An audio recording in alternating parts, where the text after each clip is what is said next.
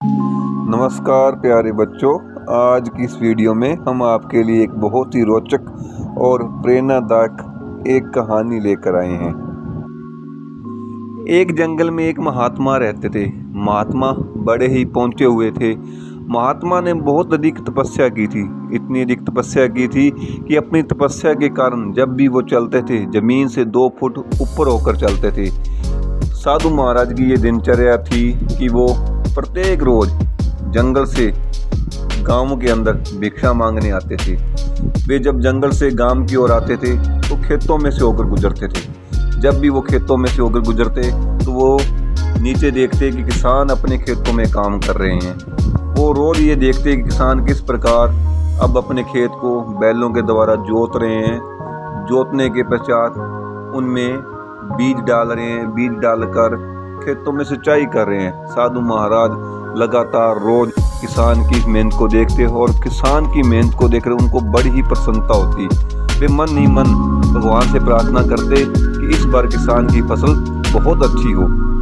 धीरे धीरे देखते ही देखते किसान के डाले गए बीज पौधे बन गए। उनको देख कर साधु महाराज का मन बड़ा ही खुश होता। वे रोज इस क्रिया को देखते।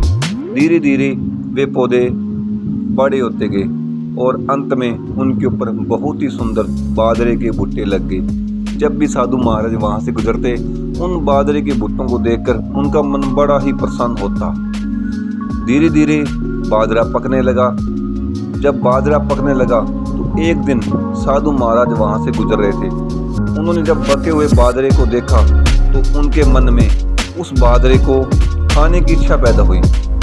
साधु महाराज ने सोचा कि क्यों ना मैं किसान से पूछकर एक बाजरे का भुट्टा ले लूं और उसको खा लूं। लेकिन उसने देखा उस दिन खेत में किसान नहीं था। तो साधु महाराज ने सोचा तो चलो क्या हुआ, एक भुट्टा ही है, मैं एक भुट्टा ये ले लेता हूँ, इससे किसान को क्या फर्क पड़ेगा। साधु महाराज ने एक भुट्टा बाजरे का जैसे ही बाजरे के पेड़ से तोड़ते सारी जैसे ही उसने उसको हाथों से मसलकर खाने के लिए मुंह में डाला तो तुरंत वो क्या देखते हैं, एक चमत्कार हुआ और साधु महाराज धड़ाम से जमीन पर गिर पड़े।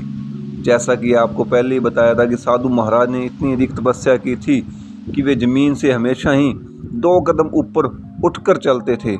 लेकिन जैसे ही उन्होंने उस भुट्टे को मुंह में डाला उनकी सारी की सारी तपस्या खत्म हो गई तो वो तुरंत जमीन पर गिर गए। जैसे ही वो जमीन पर गिरे साधु महाराज को अपनी गलती का एहसास हो गया।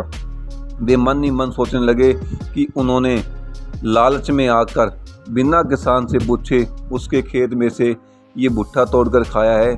उसी का दंड भगवान ने उसे उनकी तपस्या को ख़त्म करके दिया है। धीरे धीरे समय बीतता गया। जो साधु महाराज थे वे अपना जीवन पूरा कर इस संसार से विदा हो गए। संयोग से उसी समय उसी किसान के घर पर एक गाय ने एक बछड़े को जन्म दिया और साधु महाराज उस बछड़े के रूप में उस किसान के घर में पैदा हुए।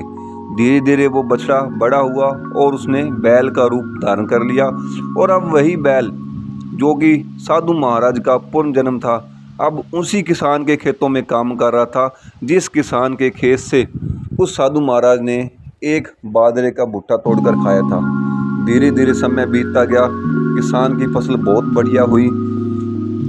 पकने पर किसान प्रतिदिन अपनी फसल को खेत से काटता और घर के बाहर ले जाकर ढेर लगा देता। उसी ढेर के पास रात को वो बैल को बांध देता।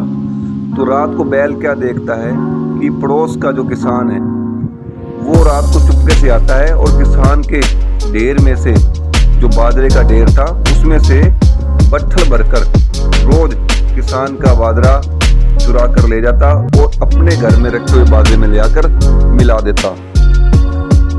उस किसान का रोज का काम था। जैसे ही वो रात को आता वो बट्ठल भरता और बाजरा ले आता। तब वहां पर बंधा हुआ जो बैल उसको देखता और जोर जोर से हंसता। वो किसान रोज ये काम करता और रोज ये काम करता। उसको देखकर बैल रोज हंसता। एक दिन उस किसान ने देखा ये बैल मेरे को देखकर रोज क्यों हंसता है। बैल को रोज हंसता देखकर वो बड़ा अचंभित हुआ। अगली रात जब वो बाजरा चोरी करने उस ढेर के पास आया तो उसको देखकर बैल फिर मुस्कुराया। तो उसने बैल से पूछा, अरे भाई एक बात बताओ, मैं जब भी रात को ये बाजरा चोरी करने आता हूँ तो तुम मेरे को देखकर जोर जोर से क्यों हंसते हो? तो उसको देखकर बैल फिर मुस्कुराया, क्योंकि बैल क्या था, बैल वो महाराज थे। जो उसकी ये बात सुनकर बैल फिर जोर जोर से हंसने लगा और उसने उसको किसान को समझाया कि देख, मैं पिछले जन्म में बहुत बड़ा साधु था। मैंने बहुत अधिक तपस्या की और इतनी अधिक तपस्या की कि मैं जमीन से हमेशा 2 कदम ऊपर चलता था। लेकिन एक दिन मेरे मन में लालच आया और मैंने लालच में आकर इस किसान का एक भुट्टा तोड़कर खा लिया, जिसके कारण मेरी सारी की सारी तपस्या खत्म हो गई। और अब इस जन्म में मैं इस बैल रूप में इस किसान की सेवा कर रहा हूँ, अपने एक खाए हुए भुट्टे का मूल्य अदा कर रहा हूँ। तो मैं ये देख के हंसता हूँ कि मैंने तो सिर्फ एक भुट्टा खाया था, तो मैं बैल बनकर इतने सालों से इस किसान का खेत जोत रहा हूँ। तू तो रोज बट्ठल भर भर कर बाजरा लेके जा रहा है, तेरा अगले जन्म में क्या बनेगा? ये बात सुनकर वो किसान उसी समय शर्मिंदा हो गया। उसे अपने किए पर बहुत अधिक पछतावा हुआ। वो बैल के पैरों में गिर गया और उससे गिरकर क्षमा मांगने लगा।